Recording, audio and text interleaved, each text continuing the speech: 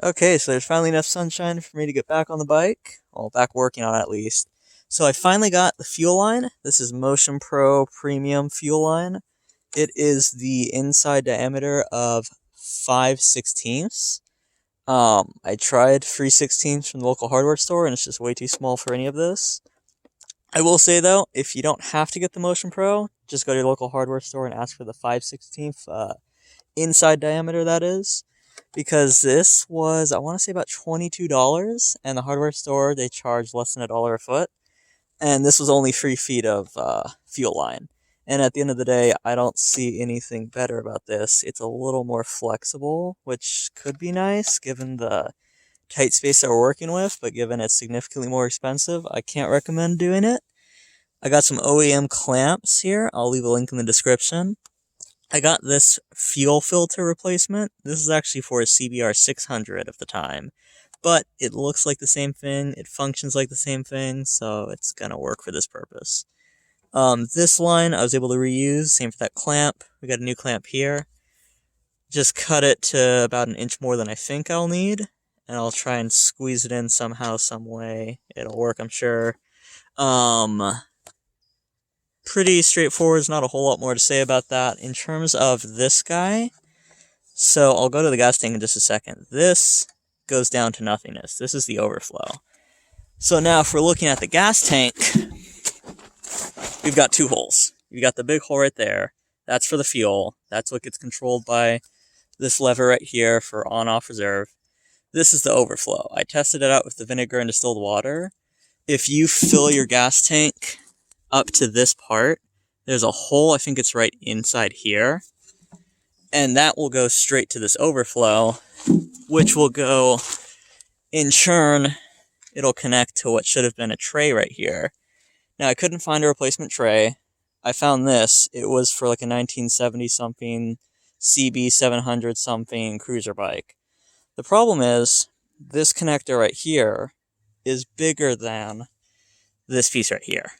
And this was the only thing even remotely close. And honestly, this tray would literally just sit under the gas tank and try and catch the fluid as it falls if I overfill it.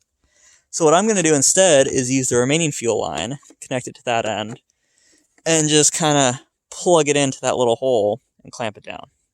So that's what we're going to do, and that'll pretty much get it ready to throw some gas back in it. Maybe even get it running again. Okay, quick update. So I was going to get it started today now that I got the fuel line all lined up. I was going to throw some just whatever kind of gas I had to use for the generator. I think it's 87 or something. Just to get it started, see if we can get this ball rolling. And I got power to it, even though the battery's dead. I have it hooked up to my car, but it is starting to sprinkle, so I'm probably not going to be able to do that until the weekend rain is over. It's technically running. First go, we got, well, first 5 minutes, we got a little bit of idle. It's okay. Sounds like it's dying, but I'll take it. Yeah, come on. A little bit warmer. Hopefully the temperature gauge is working.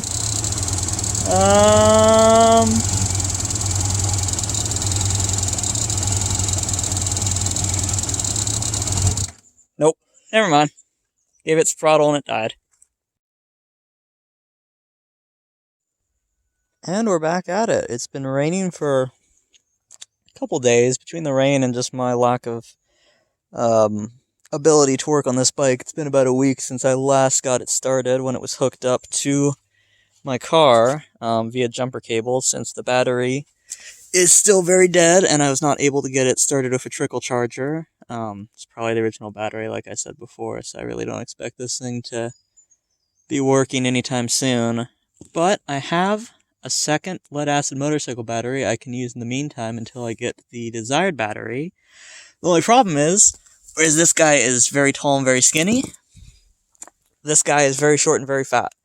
And I don't know if I mentioned it already or not, but the gas tank has a little hole in it, so a lot of the gas that I was putting in was actually leaking out right on the side of the frame here and just going all the way down to the floor, so I can't really use that until I get it fixed up again. What I do have in the meantime is a little gas bottle.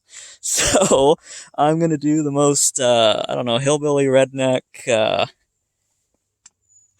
Mickey Mouse fix I can do to it, and I've just got the fuel pump, fuel filter, fuel line. I'm going to try and fit it right in there. I have the battery I was able to charge hooked up, positive to positive, negative to negative. Had some extra copper wire lying around. It works. If it works, and I just need to try and get the engine running long enough to make sure it's runnable under semi-normal conditions, battery, fuel, air filter on, then I might be able to drain the coolant and flush that out. Or at the very least, just have a video of myself getting it running above 500 RPM like what I did when it was hooked up to the car. Worst comes to worst, I will hopefully get a better idea of diagnostics. We'll see in just a minute. Well, I will be damned, we got back up to 500 RPMs. I am stuck holding the bottle like this. The battery is looking good. We briefly got above, I think we're officially at 1000 RPM. The choke is in the up position. I'm just gonna let it sit and warm up and see if that temperature gauge does anything. I might try and use the throttle, but I have to put the camera down. So right now we're looking better than we did before. It is actually reaching higher RPMs. Last time adding throttle or using the throttle cut it off. So I'm gonna try to put the phone down and see what happens. So you won't have video, but you will have audio, and just trust me, my other hand's gonna be on that throttle trying things out.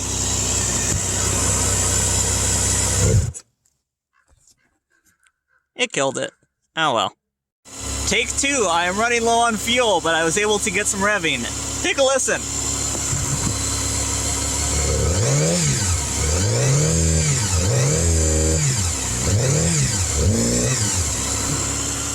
That was just below 6,000 RPMs. If I go any higher, it just kind of dies down. I think it's not quite hot enough, but the temperature gauge is not reading anything, and I'm probably gonna have to fill up my little quarter-gallon fuel bottle in just a second. But as you can see, it's about 52 degrees outside, and we're still trying to generate heat. The choke is up. Every time I try and put it down, it dies out, so I really think at this point, it's just about getting heat going.